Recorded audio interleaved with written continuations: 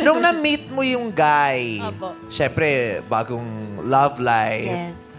Paano mo yun hinarap? Okay ba sa'yo agad o may agam-agam ka sa simula? Actually, kasi parang nasa bahay kami noon, kumatok si mama sa kwarto ko, may bisita daw. So, baba ako ganyan. Pero hindi ko alam kung sino yung bisita. Tapos, andun na siya. So, parang, okay, hi, May hello. maleta na. Hi, hello, ganun lang. Tapos, beso, yakap. Pero, tawag dito, hindi ko alam na yun na pala yun, na boyfriend niya na pala. Nung pinakilala yun siya yung na. boyfriend na. Parang ang alam ko lang po, parang Bisita lang, pa lang sila. Parang, Getting to know yes, you, opo, ganyan. ganon. Okay. Ano yung impression mo? Nung nakita mo siya, naramdaman mo agad, may energy, may vibe ba na mag-work to, ay ito na to, ay mabait to, ay feeling ko may sablay, ay feeling ko magkakapuksaan to in time. Ano po, parang kasi since lang po ako noon parang kaka-start ko palang mag-college. So parang wala pa sa isip ko yung mga ganon. So parang sa akin, casual lang, na parang, sige, try natin. Pero maganda We'll impression see, niya parang sa'yo. ganon. Magaan yung loob mo sa kanya nung una mo siya nakilala? O hindi, may distance Pwede din? na rin. Pwede, parang pwede. hindi ko masasabi na magaan agad yung loob ko sa kanya. Kasi parang bata pa din si May nun, 18 pa lang siya nun Opo, eh. medyo diba? ako sa kanya, parang aloof. Ah. Opo, ganon. Kasi nga, Siguro, ito yung... lumaki kasi ako ng walang, tatay. Tatay. Opo, ang kasama lang yung tito ko. Tapos parang, syempre, So nanay ang turing mo kay Pokwang? Siyempre, nanay. Pala ko pong tatay din ang turing niya kay Pokwang. Teka lang, uy, Naiyak si mama. kumbaga parang nabigla lang din ako na, okay. May bagong kasama sa pamilya Yes, namin. opo. eto siguro kasi yung part na nagigilty ako doon sa nangyari. Ayan. Para kasi Bigyan ng hindi, tissue. Ratings yung iyak. Ito naman. ano ka ba? Para kasi, Huwag yung ano, marami umupo dyan. para kasing nagilty ako kasi parang, para sa anak ko, hindi ko na ano sa kanya ng maayos.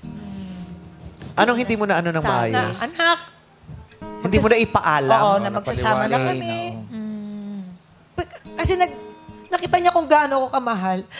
Nakita niya kung gaano ako kasaya. So, sinacrifice niya yung happiness niya. Then, si Kay, si Kay Brosas, sinabi niya sa akin, kausapin mo yung anak mo kasi may konting tampo. Talaga. Nagtampo ka dahil mabilis. Parang later on na lang din po ito. Kasi yun nga, nasanay ako na kaming dalawa lang, di ba? So parang pag aalis kaming dalawa lang. Doon ako na-hurt din sa nangyari sa akin. Although, na parang okay lang kung ako yung binastos mo, kung ako lang yung hindi mo nirespeto, okay lang yun. Pero yung sa anak ko, yung sakripisyo ng anak ko na nabaliwala. Because for my happiness, na nabaliwala. Na nadama yung anak ko doon sa pain na binigay mo sa akin.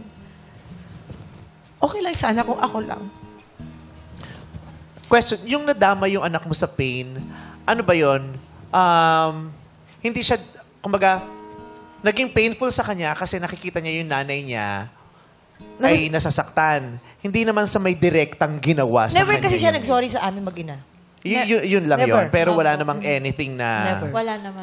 Naging ano siya, mapanakit sa'yo or... Wala naman. Kayo ba, mamang, naramdaman niyo effort siya kay May? Nag-try ba siya mag-build ng relationship O, kay tinuring May? bang anak ka rin niya, May? Parang Or ganun. kaibigan man lang? Nagkaroon ba Parang talaga ganon. kayo ng relationship? More on- Maganda ba ang samahan? more on Lahat ng friends. yan ay sasagutin nila sa Ang dami kasing tanong eh. More on friends po yung naging relationship namin. Very At casual. least. Opo. Like, yung okay na friends naman. Hindi Opo. yung acquaintance lang kakilala kayo, magsama ka sa bahay. Wag-wag yan lang. Yung Hindi naman. Hi, hello daanan. lang. Hindi naman. Pag naman, nag-uusap kami, ganyan. Pero hindi po yung masyadong malalim na usapan. Hindi kasi anak, siyempre nung nagka-problema na kami, sana sa akin ka na lang galit. Huwag mo idamay anak ko. Kasi wala naman siya Para pinakitang nadamay pangit pa. sa'yo eh. Walang pinakitang pangit sa'yo anak ko. In fact, talagang tinanggap ka niya ng bukas sa puso. Dahil 17 years, wala ang lalaki sa bahay. 17 years, walang boyfriend ang mama niya.